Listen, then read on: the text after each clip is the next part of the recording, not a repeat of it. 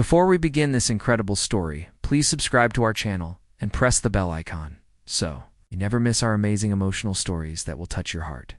The summer sun blazed down on the cobblestone streets of London as thousands of tourists crowded around the gates of Buckingham Palace. Among them stood 12-year-old Brandon Mitchell, a boy who had everything money could buy but nothing that truly mattered. His designer sneakers cost more than some people earned in a month, and his phone was the latest model that hadn't even been released to the public yet. Brandon's father, Robert Mitchell, was a wealthy American businessman who believed that money could solve any problem and buy any experience. Brandon stood there with his arms crossed, a permanent scowl etched on his face. He was bored, extremely bored. His father had dragged him to London for a business trip, and now they were doing the typical tourist activities that Brandon found completely beneath him. He had complained the entire morning about wanting to stay at the five-star hotel and play video games, but his father insisted they see the famous changing of the guard ceremony. The crowd pressed closer to the black iron gates as the royal guards marched into position. These guards were members of the elite household division, soldiers who had served their country with honor and distinction. They wore their iconic red tunics and tall bearskin hats, standing perfectly still in the sweltering heat. Their discipline was legendary. These weren't actors or performers. They were real soldiers who had trained for years, and many had served in combat zones around the world. Brandon, however, saw them as nothing more than living statues put there for his entertainment. He pulled out his phone and started recording. Moving closer to one particular guard who stood at attention near the palace entrance, the guard's name was Sergeant James Crawford, though Brandon didn't care to know that.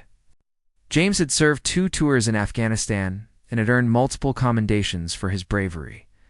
He had stood guard in far more dangerous places than this palace gate, but he performed his duty with the same dedication, regardless of where he was stationed. Brandon started making faces at the guard, sticking out his tongue and crossing his eyes. Some tourists nearby chuckled nervously, while others looked uncomfortable. Brandon's father was several feet away, distracted by a phone call about his business deals, completely unaware of what his son was doing. Brandon felt emboldened by the attention he was getting. He moved even closer to the guard. Waving his hands in front of the man's face, James remained perfectly still, his eyes fixed straight ahead. His training had prepared him for this. Tourists often tried to get reactions from the guards, though most were respectful. But every so often, someone like Brandon came along. Someone who had never been taught boundaries or respect. James's jaw tightened slightly.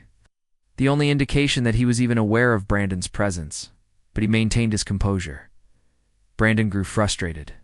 He wasn't getting the reaction he wanted. In his world, when he did something, people responded. His parents reacted. His teachers at his expensive private school reacted. Even strangers usually gave him some kind of attention. But this guard was treating him like he didn't exist, and Brandon's ego couldn't handle it. He decided to escalate things. The boy reached into his pocket and pulled out a chocolate bar. The summer heat had made it slightly soft.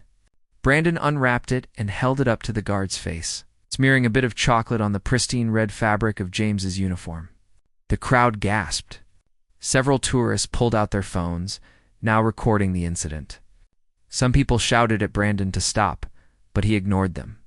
He was enjoying the attention too much. James felt the sticky chocolate touch his uniform. The uniform he had polished and prepared with such care that morning. Every soldier in the guard took immense pride in their appearance. It was a matter of honor. But still, James didn't move. He couldn't move. His orders were clear. The guards were to remain at their posts unless there was a genuine security threat. A spoiled child being disrespectful didn't qualify as a security threat, no matter how much it tested his patience. Brandon laughed loudly, turning to the crowd as if expecting applause. Some people looked disgusted. Others looked away, embarrassed to even witness such behavior. A few tourists began to voice their disapproval, telling Brandon to show some respect. But Brandon didn't care. He had never faced real consequences for his actions. His father always fixed things with money or connections. His mother always made excuses for him, claiming he was just being a typical boy. Then Brandon made his biggest mistake. He reached up and tried to knock the bearskin hat off James's head. It was a step too far.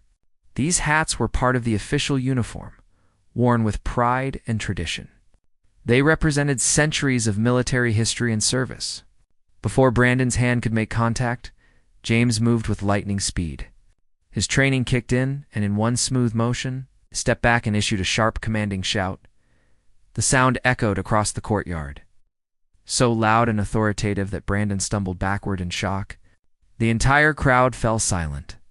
Even the other tourists who had been taking photos stopped. James's voice carried the weight of years of military training and combat experience. It wasn't just loud. It was the voice of someone who had commanded soldiers in life-or-death situations. It was the voice of authority that could not be ignored. Brandon fell onto the cobblestones, his phone clattering beside him. For the first time in his privileged life, he felt genuine fear. His heart raced. His hands trembled. The guard towered over him, not moving from his post, but somehow seeming larger and more intimidating than before. Brandon's cocky smile had vanished completely. His face had gone pale. The crowd watched in stunned silence, waiting to see what would happen next. This wasn't the reaction anyone had expected, least of all Brandon himself. Brandon scrambled to his feet, his expensive clothes now dusty from the cobblestones. His face burned with embarrassment as he realized hundreds of people were staring at him. But it wasn't the kind of attention he craved. These weren't looks of admiration or amusement. They were looks of disappointment and disgust. Some tourists were shaking their heads. Others were recording the incident on their phones. And Brandon suddenly realized this moment might end up on the internet for millions to see. Before Brandon could slink away into the crowd, 2 police officers appeared. They had been monitoring the situation from a distance, as they always did during the changing of the guard ceremony. When Brandon had crossed the line by touching the guard's uniform and attempting to remove his hat, they had immediately moved into action. The officers approached with firm but professional demeanor, their presence making it clear that this situation was now official. Brandon's father, Robert, finally noticed what was happening. He ended his phone call abruptly and pushed through the crowd, his face already turning red with anger. But his anger wasn't directed at his son. It was directed at everyone else. This was typical of Robert Mitchell. In his world, his family could do no wrong. Any problems were always someone else's fault. He had built his fortune by bulldozing over obstacles and refusing to accept responsibility for anything negative. Robert rushed up to the police officers with his chest puffed out, already reaching for his wallet. This was his solution to everything. Money had always made problems disappear before, and he saw no reason why this would be any different. He pulled out a thick stack of credit cards and began explaining, in his loud American accent, that his son was just playing around. He offered to pay for any damage, to make a donation to the police department, to do whatever it took to make this go away right now. The senior officer, a woman named Constable Sarah Bennett, listened patiently to Robert's rambling excuses.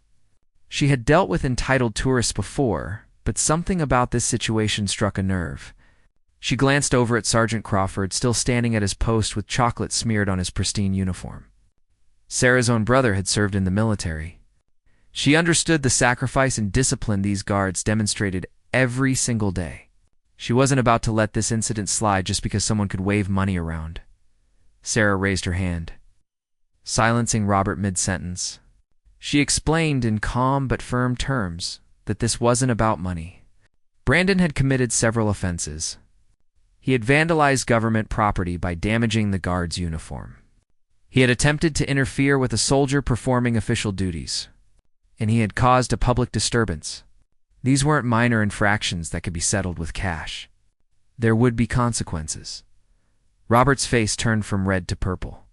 He wasn't used to being told no. He began threatening to call the American embassy, to speak to his lawyers, to make formal complaints. He dropped names of important people he supposedly knew, politicians and business leaders. Constable Bennett remained unmoved. She had heard it all before. Privilege and connections meant nothing when you broke the law in a foreign country. She informed Robert that he and his son would need to come to the police station to make formal statements. Brandon stood frozen, watching his father's usual tactics fail for the first time. The boy had always hidden behind his father's money and influence. Whenever he got into trouble at school, his father would make a phone call or write a check, and the problem would disappear. When he broke something valuable, his father would simply buy a replacement. When he was rude to service workers or other children, his father would make excuses about Brandon being spirited or confident. But here, on a London street, none of that mattered. The crowd began to react. An elderly British man stepped forward, his military medals pinned to his jacket. He was a veteran himself, and he had been watching the entire incident with growing anger. He spoke directly to Robert, his voice shaking with emotion. He explained what it meant to serve one's country, the sacrifices that soldiers made, the discipline and honor that came with wearing that uniform. He told Robert that his son not only disrespected a soldier, but had disrespected an entire nation and its traditions. Other tourists joined in. A woman from Australia talked about how she had taught her children to always show respect to those who serve. A man from Canada expressed his disappointment at witnessing such behavior.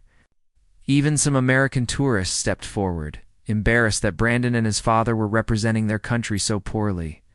The collective voice of disapproval was overwhelming. Robert tried to argue back, but for once, his voice was drowned out by something stronger than his money and his ego. "Constable." Bennett gestured for Robert and Brandon to follow her to the patrol car parked nearby. Brandon looked at his father, expecting him to somehow fix this situation like he always did.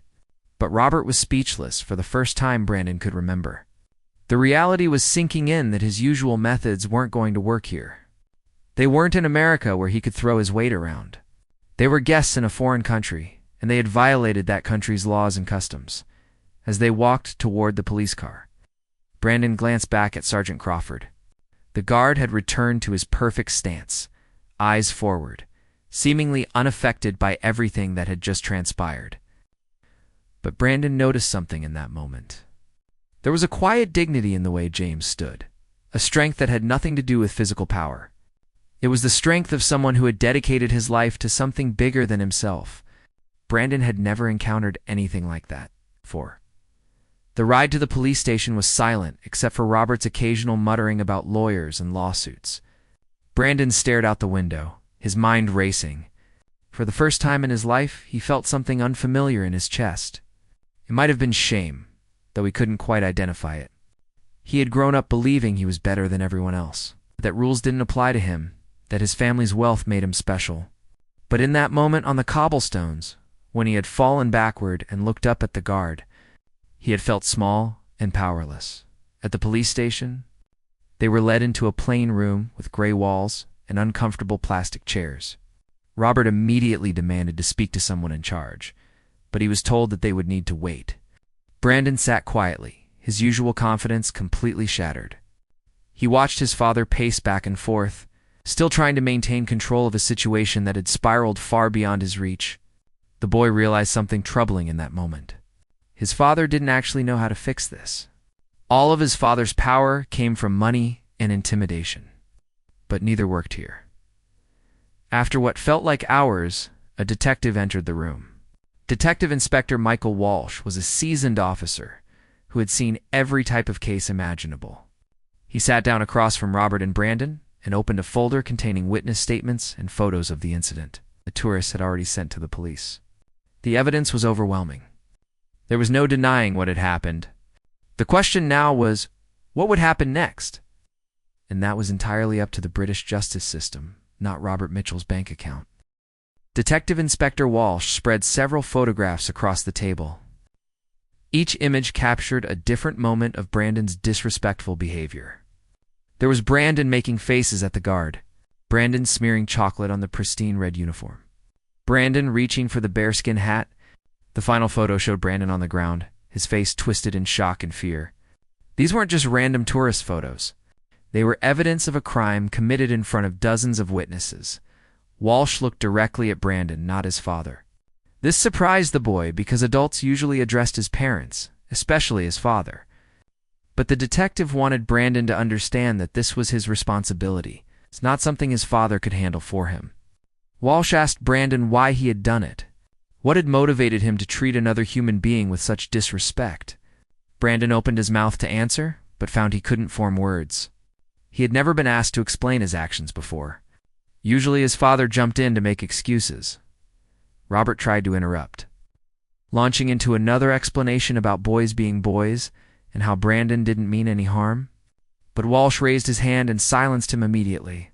The detective's voice was calm, but carried undeniable authority. He explained that Robert would have his turn to speak, but right now he wanted to hear from Brandon. This was perhaps the first time in Brandon's life that an adult had insisted he take personal responsibility for something he had done. Brandon struggled to find an answer. Why had he done it? The honest answer was complicated and uncomfortable. He had done it because he was bored and wanted entertainment. He had done it because he had never been taught that other people's feelings mattered.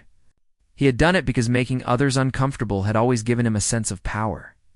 He had done it because in his 12 years of life, he had never learned empathy or respect. But Brandon didn't have the emotional vocabulary to express any of that. All he could manage was a week, I don't know.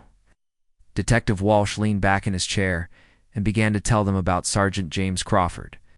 James had joined the military at 18 years old. He had served 2 tours in Afghanistan, where he had witnessed things no person should ever have to see. He had saved lives under fire. He had lost friends to combat. He had returned home with scars, both visible and invisible, and yet he continued to serve his country with honor. Standing guard at Buckingham Palace wasn't a theatrical performance. It was a duty he took as seriously as any combat mission. Walsh explained that the uniform Brandon had smeared chocolate on wasn't just clothing. It represented years of tradition and sacrifice. Every soldier who wore that uniform understood its significance. The bearskin hat Brandon had tried to knock off had to be earned through dedication and skill.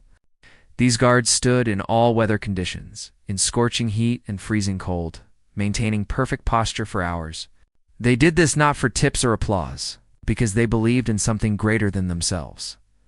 Robert shifted uncomfortably in his chair. For the first time, he was seeing his son's actions through a different lens. He had always viewed military service as something other people did, people who didn't have better options. But hearing Detective Walsh describe Sergeant Crawford's service, the sacrifices he had made, the discipline he demonstrated, Robert felt something he rarely experienced. It might have been shame, or perhaps the first glimmer of understanding that his money couldn't buy the kind of honor this soldier possessed. Brandon felt tears welling up in his eyes. He fought them back, trying to maintain the tough exterior he always presented to the world. But the weight of what he had done was finally settling on his shoulders. He had treated a war hero like a toy. He had mocked someone who had risked his life for others. He had shown the worst of himself in front of the world, and it was all captured on video for everyone to see.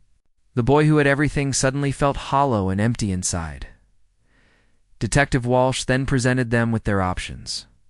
Because Brandon was a minor and a tourist, and because no physical harm had come to anyone, there was room for leniency. However, this couldn't simply be swept under the rug. The incident had drawn significant media attention. Videos of the confrontation were already circulating online, and the public was demanding accountability. The police department, in consultation with the military authorities, had come up with an alternative to formal charges. Brandon would be required to issue a formal written apology to Sergeant Crawford and the entire household division. This apology would be published in several newspapers and online. Additionally, Brandon would need to perform community service, specifically working with veterans organizations in London for the remainder of his stay. He would spend time hearing their stories, understanding their sacrifices, and learning about true service and honor. Finally, Brandon would be required to write an essay about what he had learned and why respect matters, which would be shared as part of a youth education program. Robert started to protest. His son wasn't some criminal who needed to be publicly humiliated. They were leaving for America in 3 days anyway.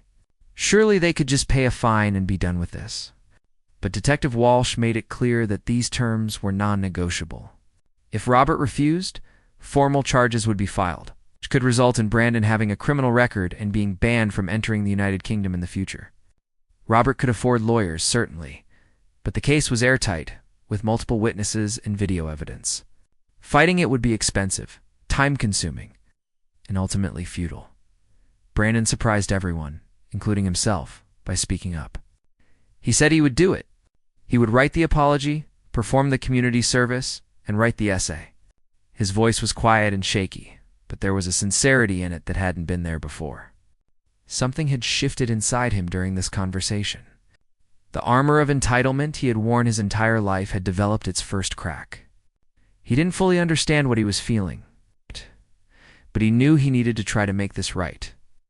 Robert looked at his son with surprise. Part of him wanted to refuse on Brandon's behalf to protect him from this humiliation. But another part of him, a part he had buried under years of prioritizing wealth and status, recognized that his son needed this.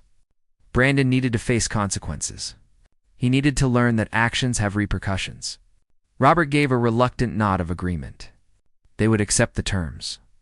Over the next hour, they worked out the specific details. Brandon would start his community service the following day at a veteran support center in central London.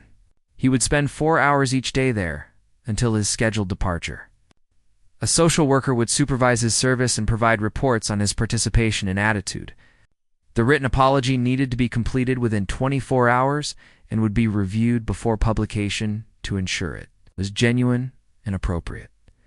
As they prepared to leave the police station, Detective Walsh pulled Brandon aside for a private word. He told the boy that he was being given a rare opportunity. Most people never get a chance to truly learn from their mistakes, to change course before it's too late. Brandon was young enough that this moment could define the rest of his life in a positive way, if he let it. The detective had seen too many kids from wealthy families end up in serious trouble because nobody ever held them accountable. This was Brandon's wake-up call. And what he did with it would determine the kind of man he would become. Brandon nodded, genuinely absorbing the detective's words. As they walked out of the police station into the evening air, London looked different to him somehow. The streets that had seemed boring that morning now felt significant. Every person he passed had their own story, their own struggles and triumphs. He had been so wrapped up in his own privileged bubble that he had never considered anyone else's perspective. That was about to change, whether he was ready for it or not. That evening, back at their luxury hotel, Brandon sat at the desk in his room, staring at a blank piece of paper. He was supposed to write his apology to Sergeant Crawford, but the words wouldn't come. How do you apologize for showing the absolute worst version of yourself to the world? How do you express remorse to someone you treated as less than human? Brandon had written plenty of apology notes before, but they were always hollow exercises demanded by teachers or his mother.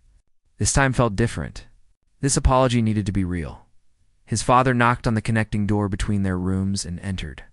Robert looked tired in a way Brandon had never seen before. The man who always seemed to have all the answers now looked uncertain and troubled. Robert sat on the edge of Brandon's bed and was silent for a long moment. Then he did something completely unexpected. He apologized to his son. Robert admitted that he had failed as a father. He had given Brandon everything money could buy, but had never taught him the values that truly mattered. Robert talked about his own childhood. Growing up poor in a small town, he had been determined to make something of himself, to escape poverty and prove everyone wrong who had doubted him. He had succeeded in building wealth beyond his wildest dreams. But somewhere along the way, he had confused money with worth. He had taught his son, through his actions if not his words, that being rich meant being better than others. He had shielded Brandon from consequences and created a monster of entitlement. Watching his son fall on those cobblestones had been a wake-up call for Robert. 2. Brandon listened to his father's confession with growing surprise. He had never heard his father admit to being wrong about anything. Robert always projected confidence and certainty, but now his father was showing vulnerability and regret. It made Robert seem more human, more real. Brandon realized that his father was struggling with this situation just as much as he was. They were both facing uncomfortable truths about themselves. They talked late into the night, really talked for the first time in years.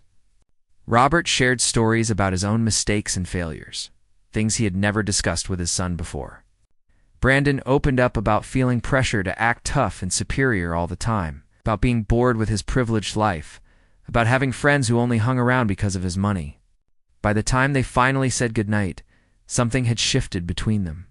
They weren't just father and son anymore. They were two people trying to be better. Brandon returned to his apology letter with fresh perspective. He wrote about how he had treated Sergeant Crawford as an object rather than a person. He acknowledged that his actions were cruel and disrespectful. He admitted that he had never learned to appreciate the sacrifices military personnel make. He wrote about his own privilege and how it had blinded him to the value and dignity of others. It wasn't a perfect letter, and it took several drafts, but it was honest. By 3 a.m, Brandon finally had something he felt ready to submit. The next morning, Brandon and his father arrived at the Veterans Support Center in central London. The building was modest, nothing like the gleaming office towers Robert usually visited. Inside, they met Margaret Holmes, a retired military nurse who now coordinated volunteer services.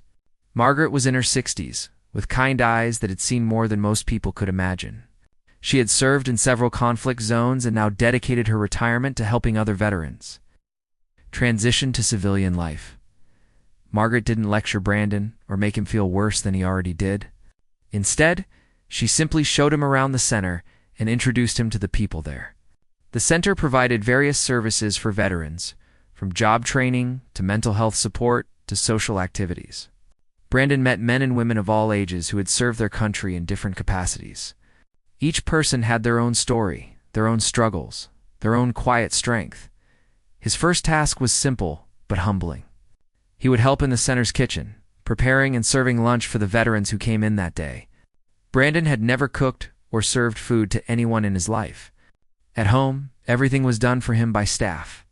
But here, he put on an apron and began chopping vegetables under the guidance of a veteran named Thomas, who had lost his left arm in combat, but had adapted to cooking with remarkable skill. Thomas didn't ask Brandon why he was there or lecture him about respect. He simply taught him how to properly dice an onion, how to stir a pot without splashing, how to plate food attractively. They worked side by side in comfortable silence. Brandon found himself oddly focused on these simple tasks. There was something meditative about the repetition, something grounding about doing real work with his hands. During lunch service, Renan carried plates to the tables and refilled water glasses. He noticed how the veterans thanked him for each small service. These were people who had survived incredible hardships, yet they showed gratitude for a simple glass of water. It made Brandon think about how he took everything for granted, how he complained about minor inconveniences, how he had never truly appreciated the people who served him every day. After lunch, Margaret asked Brandon to join a small group discussion that was part of the center's peer support program. Several veterans sat in a circle, sharing their experiences and challenges. Brandon was introduced simply as a volunteer, and they welcomed him without judgment. He listened as they talked about their struggles with transitioning to civilian life, the difficulty of finding purpose after military service, the challenge of dealing with physical and emotional wounds. One veteran, a woman named Sarah, who had served in Iraq, talked about how she still struggled with crowds and loud noises because they triggered memories of combat. Another veteran, David, shared how he felt invisible as a civilian after spending years being part of something important and structured.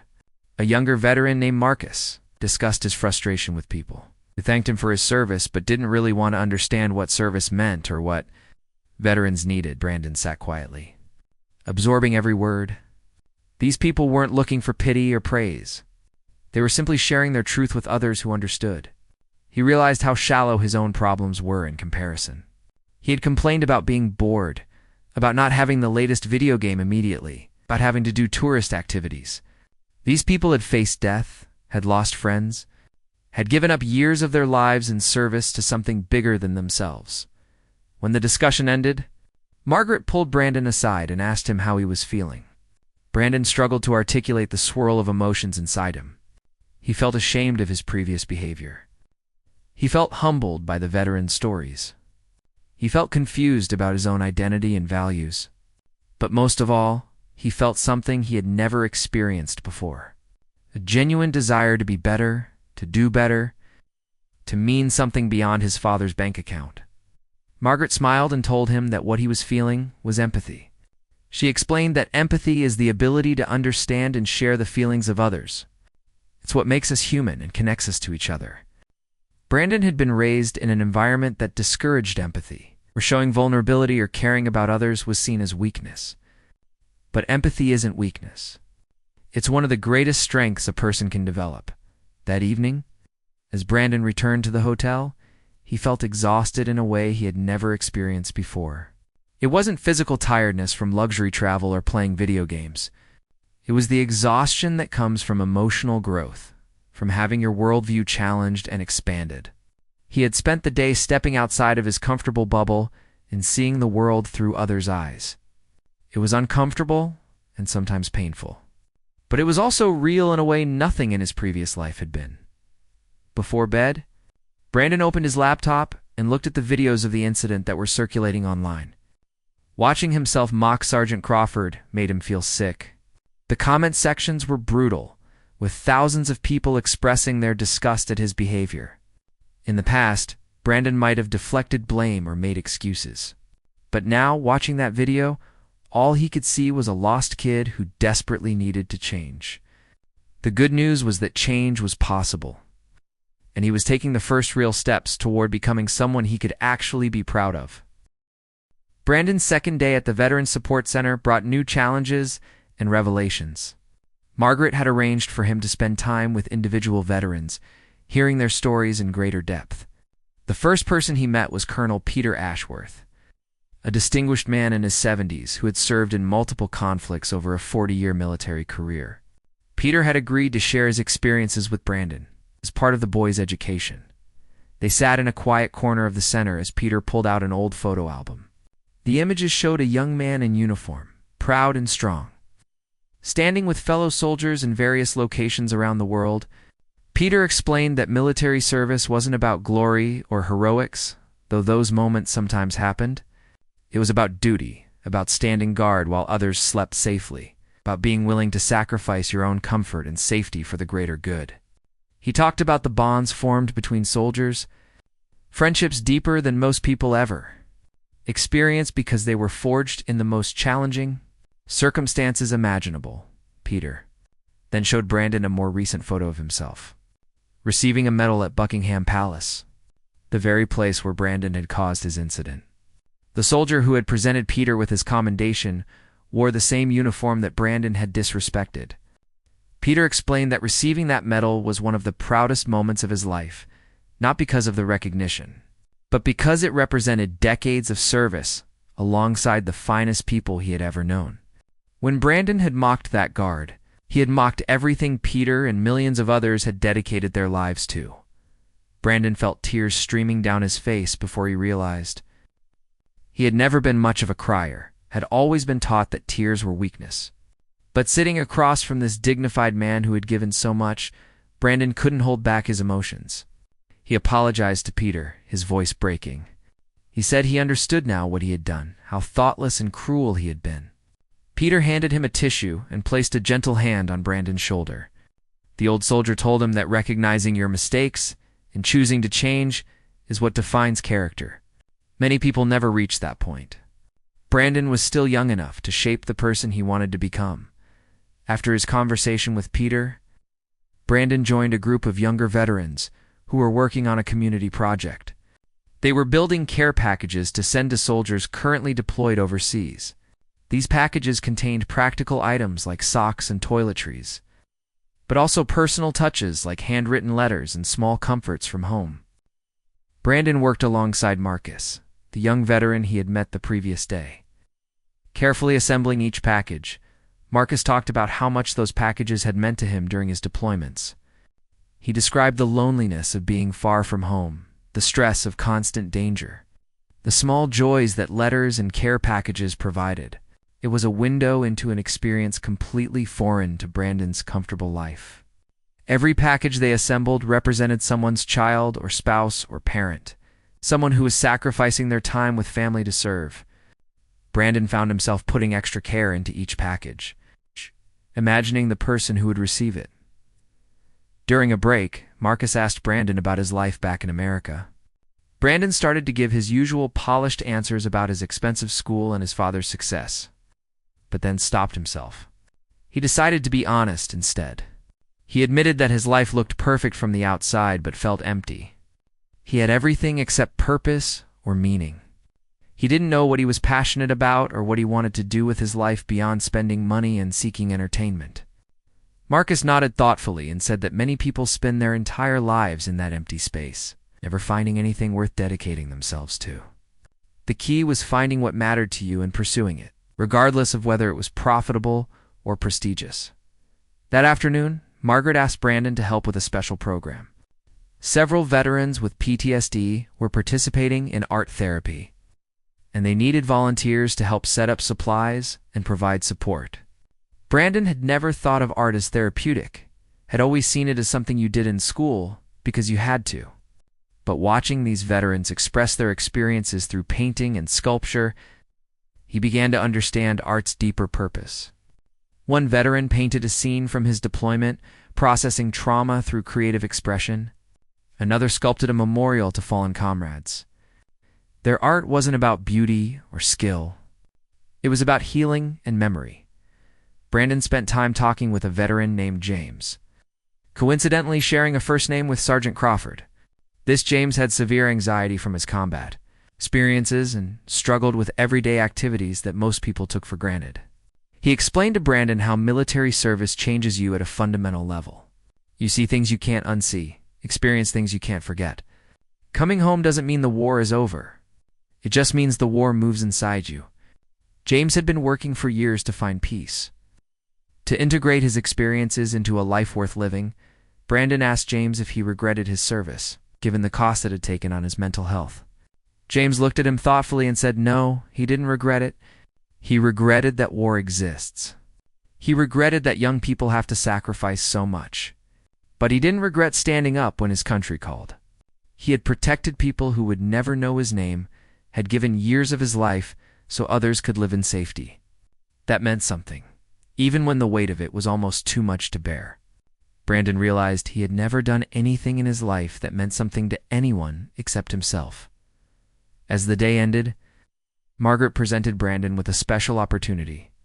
Sergeant James Crawford had agreed to meet with him. Brandon's heart raced. He had been dreading and hoping for this moment in equal measure. He wanted to apologize directly, to look the man in the eye and tell him how sorry he was. But he was also terrified of facing the person he had so publicly humiliated. Margaret explained that James didn't have to agree to this meeting, but he chose to because he believed in second chances and personal growth. The next morning, Brandon arrived at the center earlier than required. He had barely slept, rehearsing in his mind what he would say to Sergeant Crawford. His father had offered to come with him, but Brandon declined. This was something he needed to do alone. It was part of taking responsibility for his own actions. Margaret led him to a small private room where James was already waiting. Dressed in civilian clothes rather than his uniform, James stood when Brandon entered, and the boy was struck by how different he looked without the ceremonial uniform. He seemed more human, more approachable, yet somehow even more impressive. This was a real person with a life and feelings, not just a tourist attraction. They shook hands, and Brandon was surprised by the firm but not aggressive grip. James gestured for him to sit down. They faced each other across a small table. Brandon had prepared a speech, but looking at James, all his rehearsed words disappeared.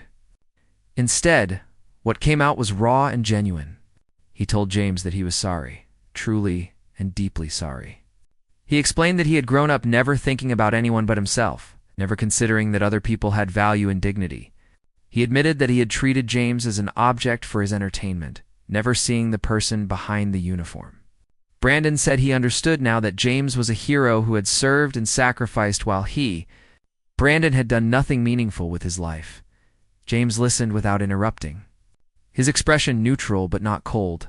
When Brandon finished, there was a long silence. Then James began to speak. He told Brandon that he appreciated the apology and could see it was sincere. He explained that standing guard, enduring heat and tourists and long hours, was one of the easiest things he had done in his military career. He had faced much worse than a spoiled child with chocolate. But what had bothered him wasn't the physical discomfort or even the disrespect to him personally. It was what Brandon's actions represented. Ames talked about serving in Afghanistan, about losing friends in combat, about coming home to a country where most people never thought about the military unless there was a holiday or a parade. He explained that soldiers don't serve for recognition, but they do hope that their sacrifice means something, that people understand what they're willing to give up. When someone treats a soldier like a joke, it diminishes all of that. It suggests that service and sacrifice are meaningless. The dedication and duty are things to mock rather than respect. Brandon listened with complete attention, absorbing every word. James continued, explaining that he had agreed to this meeting not to make Brandon feel worse, but because he saw an opportunity. Brandon was young enough to change course, to learn from this experience, and become someone different. James said he had seen many young people in the military arrive as immature kids and leave as responsible adults. The transformation was possible, but only if Brandon was willing to do the hard work of examining himself and his values. James then did something unexpected. He thanked Brandon. The boy looked confused, so James explained, "This incident, as painful as it was, had sparked a broader conversation about respect and service. Thousands of people had seen the videos and had discussions with their own children about treating others with dignity. Schools were using it as a teaching moment. In a strange way, Brandon's worst moment had created something positive, a reminder to society about values that matter. That didn't excuse what Brandon had done, but it did mean something good had come from something bad." Brandon felt a weight lift from his shoulders that he hadn't even realized he was carrying. James wasn't just forgiving him. He was showing him that people are complex, that mistakes can lead to growth, that even our worst moments can be transformed into something meaningful if we're willing to learn. They talked for another hour, James sharing more stories about his service and his life, Brandon asking questions and really listening to the answers. Before they parted, James gave Brandon a gift. It was a small military coin, a token of appreciation that soldiers give to each other to acknowledge respect and shared experience. James said that Brandon hadn't earned it yet, but he could work toward earning it. If Brandon continued on this path of growth and self-reflection, if he chose to live with purpose and treat others with respect, then one day he would truly deserve to carry that coin. It would remind him of this moment and the choice he had made to be better. Brandon held the coin in his hand, feeling its weight. It was just a small piece of metal, but it represented something enormous. It represented possibility and challenge and hope. He promised James that he would earn it, that he would become someone worthy of this second chance. They shook hands again, and this time it felt different. It felt like equals recognizing each other's humanity. Walking out of that meeting, Brandon felt transformed. He still had work to do, still had to complete his community service and write his essay, but something fundamental had shifted inside him. He had looked into the eyes of someone he had wronged and had been shown grace and wisdom instead of anger. He had been given a path forward instead of just punishment. Now it was up to him to walk that path and prove that this moment of shame could become a turning point toward something better.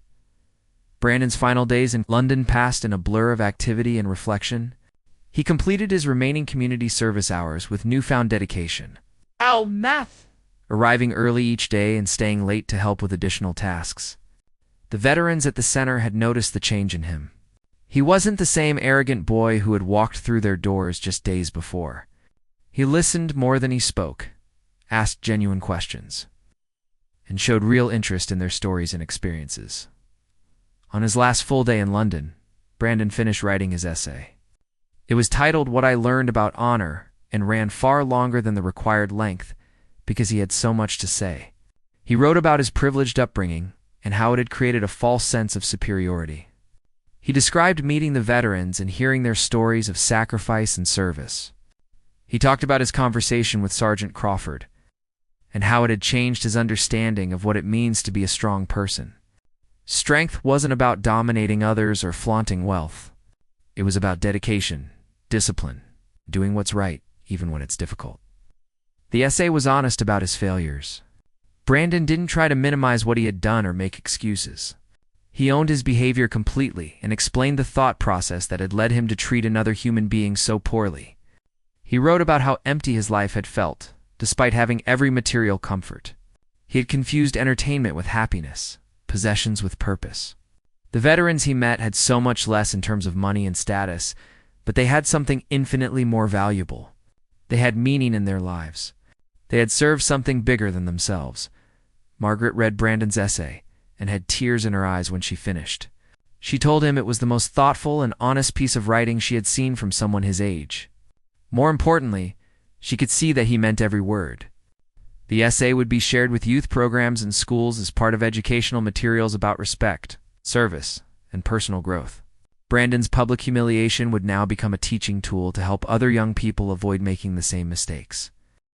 The formal written apology to Sergeant Crawford and the household. Division was published in several newspapers and on military support websites. The response was overwhelmingly positive. While some people remained critical of Brandon, most readers appreciated his honest acknowledgement of wrongdoing and his efforts to make amends. Several veterans reached out with messages of support, telling Brandon that taking responsibility and working to change was what mattered most. His apology became a viral story of redemption that balanced out the original viral video of his shameful behavior. On their last evening in London, Robert took Brandon to dinner at a quiet restaurant, away from the luxury establishments they usually frequented. Over a simple meal, they talked about what would happen when they returned home. Robert admitted that he needed to make changes too. He had been so focused on building his business empire that he had neglected the most important project of all: being a good father. He promised Brandon that things would be different. They would spend more time together, actually talking and connecting. Robert would stop trying to solve every problem with money and instead help Brandon develop the character and values he needed. Brandon appreciated his father's promises, but knew that real change would have to come from within himself. His father couldn't do this work for him. Nobody could. He had to make the daily choice to be better, to think about others, to act with integrity, even when no one was watching. The veterans had taught him that character isn't built in grand moments.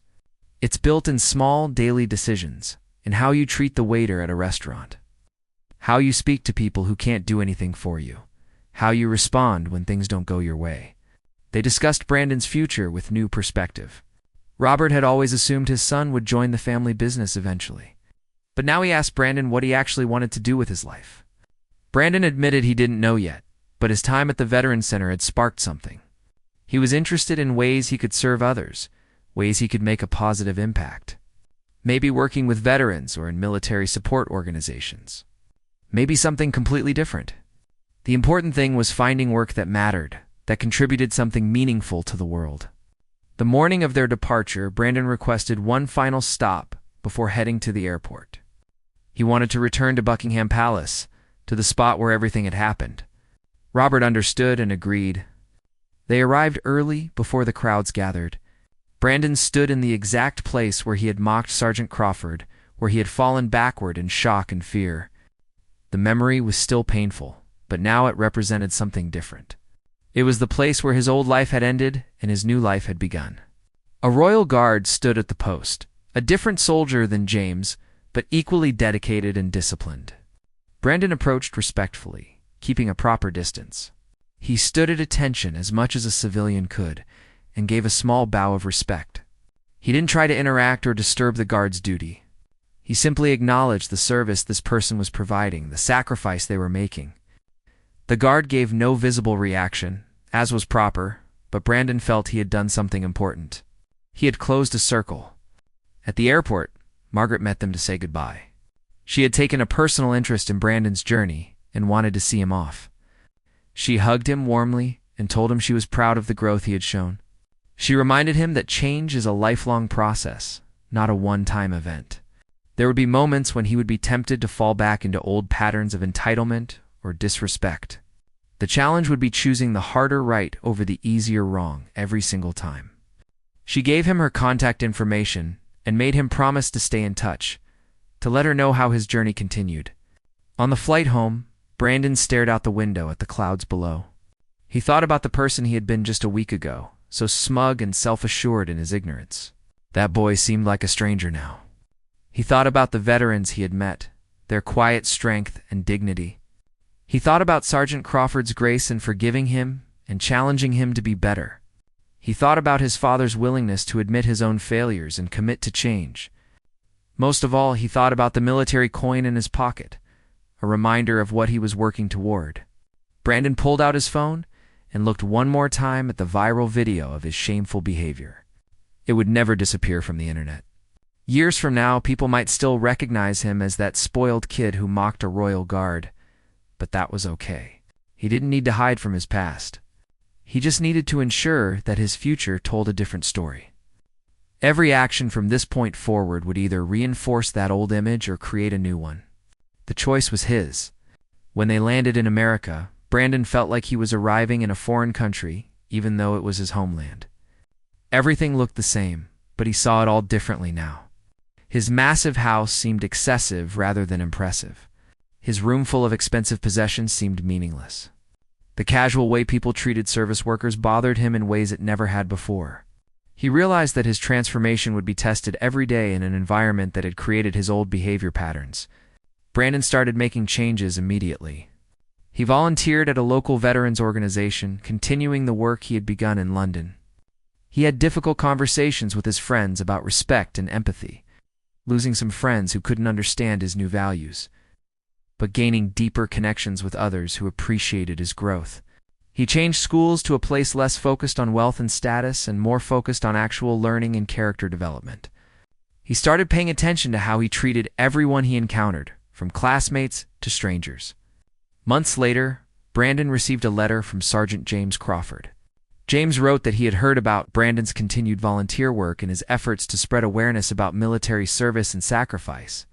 He had seen the impact Brandon's essay was having on young people across multiple countries. James wrote that he had something to send Brandon, a package that arrived a few days later. Inside was a photograph of James in his ceremonial uniform, personally signed with a message that Brandon would treasure forever. The message read simply, "Character earned.